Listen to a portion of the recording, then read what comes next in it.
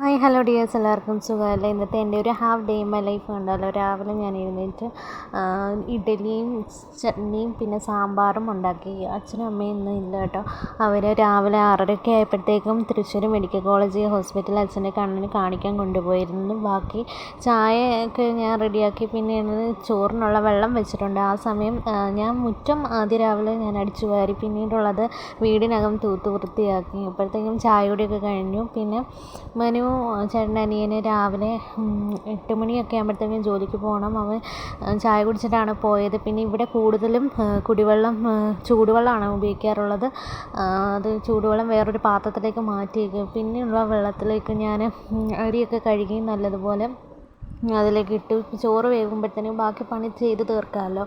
എന്തായാലും സാമ്പാറുണ്ട് ഉച്ചക്കത്തേക്ക്, കറി അതിൻ്റെ കൂട്ടത്തിൽ. പിന്നെ എൻ്റെ വീട്ടിൽ നിന്ന് കുറച്ച് ഓലോലിക്ക കൊണ്ടിട്ടുണ്ടായിരുന്നു. അത് വെച്ച് ഞാൻ അച്ചാറുണ്ടാക്കാമെന്നല്ലോ എന്ന് കരുതി.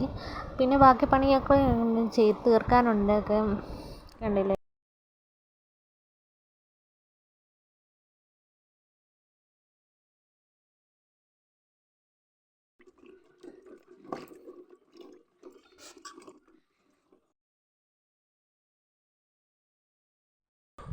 ഞാൻ ഓലോലിക്ക നല്ലതുപോലെ കഴുകിയിട്ടുണ്ടായിരുന്നു. അതിലേക്ക് ഇച്ചിരി വെള്ളം പിന്നെ കുറച്ച് ഉപ്പും കൂടെ ചേർത്തിട്ട് അത് നല്ലോണം തിളപ്പിച്ചെടുക്കുക. ഒത്തിരി വെന്ത് കുഴയാനും പാടില്ലായിരുന്നു. അപ്പം ഞാൻ വേറൊരു ചീനച്ചട്ടിയിൽ എണ്ണ ഒഴിച്ച് ചൂടായതിന് ശേഷം കടുക് പൊട്ടിക്കുക. പിന്നെ അതിലേക്ക് ഉലുവാപ്പൊടി ചേർത്തിട്ടുണ്ടായിരുന്നു. പിന്നെ 1/4 ടേബിൾ സ്പൂൺ മഞ്ഞൾപ്പൊടി ഇട്ടിട്ടുണ്ടായിരുന്നു.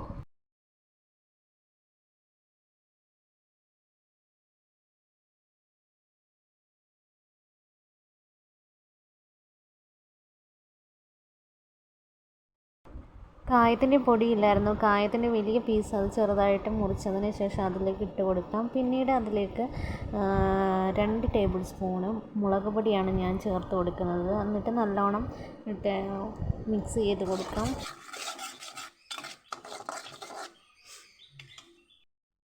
പിന്നെ അതിലേക്ക് നമ്മൾ വേവിച്ച് വെച്ച ഓലോലിക്ക ചേർത്ത് കൊടുത്തായിരുന്നു. പിന്നെ കുറച്ച് വിനാഗിരി ഒഴിച്ചു. അത് അറിയതിന് ശേഷം വേറെ ഡപ്പയിലേക്ക് ഞാൻ മാറ്റിയായിരുന്നു.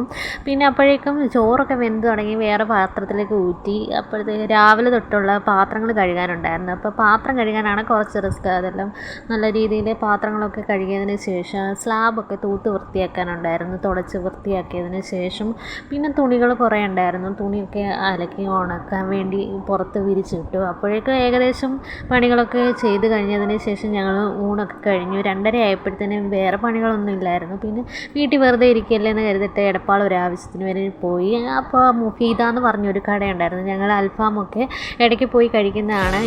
നമുക്ക് മനസ്സിന് ഇഷ്ടപ്പെട്ട ആളുമായിട്ട് പുറത്ത് പോയി ഫുഡ് കഴിക്കുന്നത് അതൊരു പ്രത്യേക വൈബാണ്. എപ്പോഴും കഴിക്കണമെന്നില്ല, മനസ്സൊക്കെ റിലാക്സ് ചെയ്തിട്ട് പോയി. എനിക്ക് എന്ന് വെച്ചാൽ അൽഫാമെന്ന് വെച്ചാൽ ഭയങ്കര ഇഷ്ടമാണ്. അപ്പോൾ ചേട്ടനും അതേപോലത്തൊക്കെ തന്നെ. അപ്പോൾ ഞങ്ങൾ ആ കടയിൽ പോയി ഒരു പ്രത്യേക ടേസ്റ്റാണ് കേട്ടോ. അപ്പോൾ ഞങ്ങൾ രണ്ടുപേരും ഒരു 2:30 ഒക്കെ ആയപ്പോഴത്തേക്കും അവിടെ ഞങ്ങൾ വീട്ടിൽ നിന്ന് ഊണ് കഴിച്ചിട്ടാണ് ഇറങ്ങിയതെങ്കിലും അൽഫാമെന്ന് കണ്ടപ്പോഴത്തേക്കും കഴിക്കണമെന്നൊക്കെ കരുതി. അത് കഴിഞ്ഞ് ഞങ്ങൾ നേരെ കുമ്പിടി പാലം കാണാൻ വേണ്ടി പോയി. കുറേ നാളായി അങ്ങോട്ടേക്ക് പോയി. അവിടെ പണിയൊക്കെ എങ്ങനെയായി എന്നൊന്ന് അറിയാൻ വേണ്ടി പോയതാണ്. ഇതിൻ്റെ വീഡിയോ ഞാൻ വേറൊരു ദിവസം ഇട്ടിട്ടുണ്ടായിരുന്നല്ലോ. ഇതിൻ്റെ കണ്ടിന്യൂഷനാണ്. നിങ്ങൾക്ക് എൻ്റെ വീഡിയോ ഇഷ്ടപ്പെട്ടെങ്കിൽ ലൈക്ക് ചെയ്യുക, ഷെയർ ചെയ്യുക, സബ്സ്ക്രൈബ് ചെയ്യുക. ഇനി ഇതേപോലെ നല്ലൊരു വീഡിയോ ആയിട്ട് ഞാൻ വരുന്നതായിരിക്കും. അതുവരേക്കും ബൈ ബൈ.